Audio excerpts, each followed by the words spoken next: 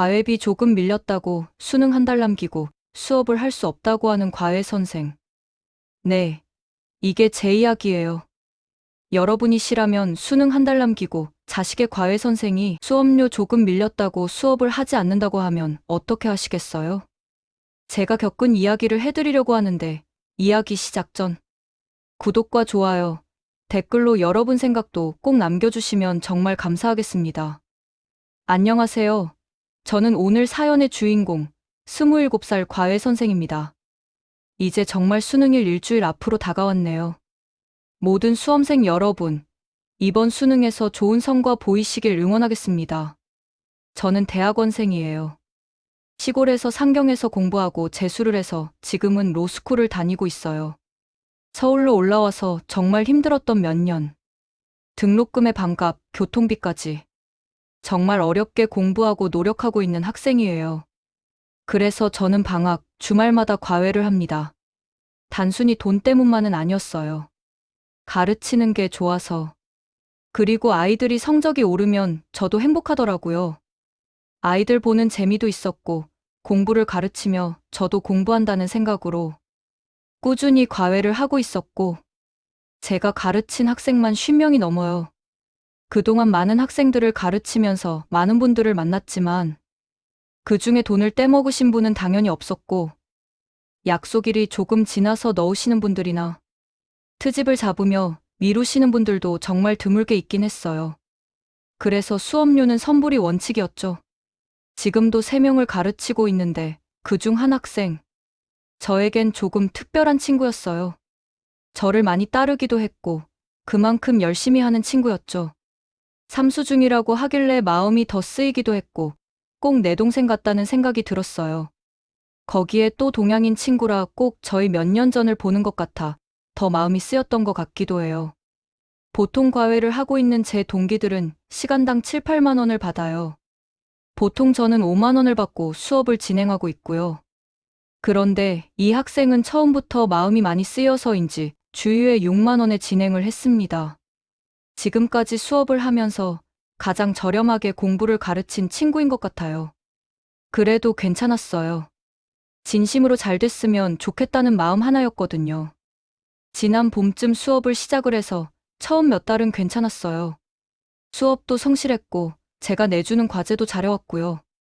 근데 그 친구의 부모님, 9월이 되자 분위기가 이상했어요.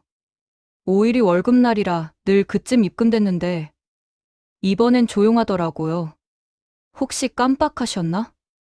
10일에 문자 드렸지만 답이 없었어요. 15일, 학생에게 조심스럽게 물었죠. 아버님 요즘 많이 바쁘시니? 아니요, 안 바쁘세요. 그 말에 마음이 좀 쓰였어요. 그래서 아버님께 다시 문자 드렸죠. 아버님 서우 수업을 하고 있는 과외 선생 선아입니다. 5일 입금일인데 날짜가 지나 다시 연락드립니다. 확인 부탁드립니다. 라고요. 이번엔 답도 없었습니다. 혼자서 이런 생각 저런 생각이 정말 많이 들더라고요. 처음으로 아이의 수업료를 받지 못하는 일이 생기는 걸까? 이 수업을 계속 진행해야 하나? 25일이 됐어요. 수업날이었죠. 여느 때처럼 수업을 잘하고 자꾸 신경이 쓰여서 안 되겠더라고요. 그래서 그 친구의 아버님께 전화를 드렸습니다.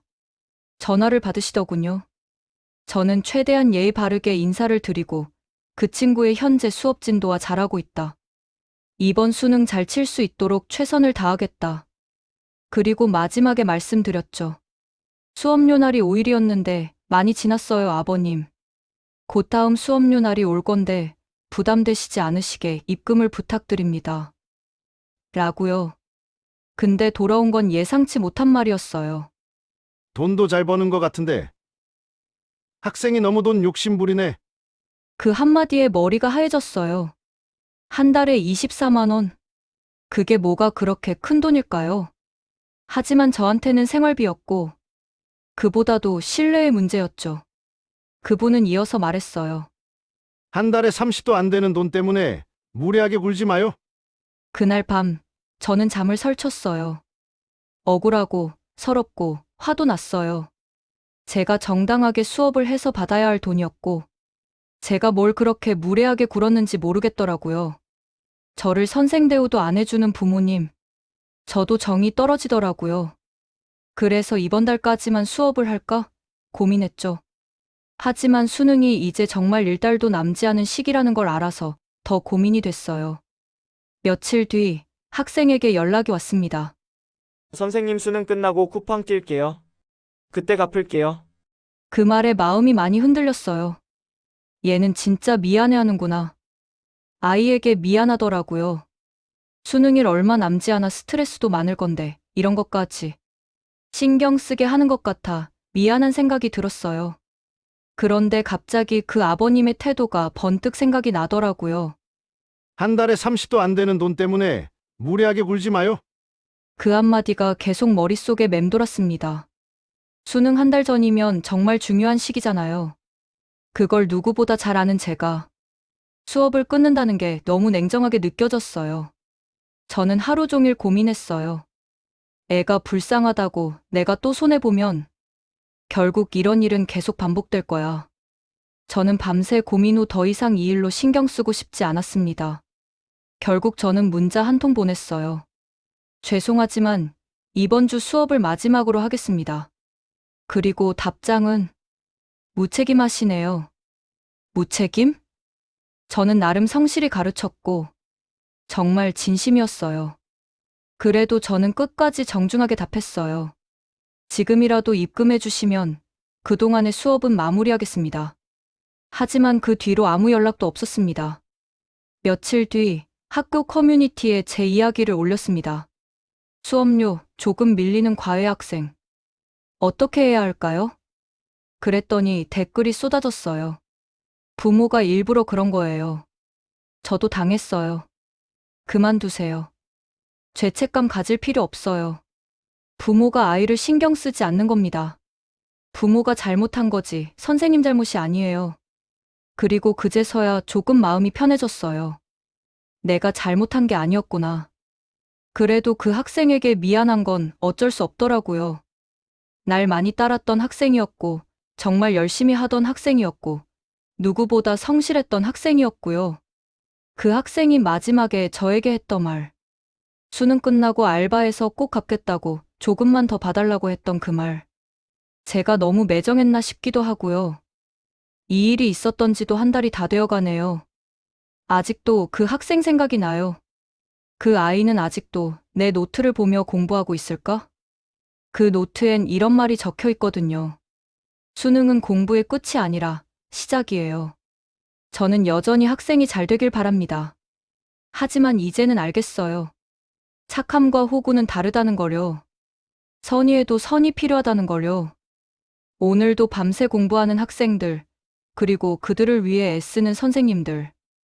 모두가 각자의 자리에서 열심히 살고 있다는 걸 알아요. 하지만 누군가의 성의와 노력은 당연한 희생이 아닙니다. 당신의 시간은 그만큼의 가치가 있어요. 저는 오늘 그 학생에게 카카오 선물하기로 찹쌀떡을 보냈어요. 사과와 응원의 한마디도 함께요. 서우야, 끝까지 봐주지 못해서 미안해. 넌 지금까지 열심히 해왔고 그 노력이 제대로 빛을 발하길 바랄게.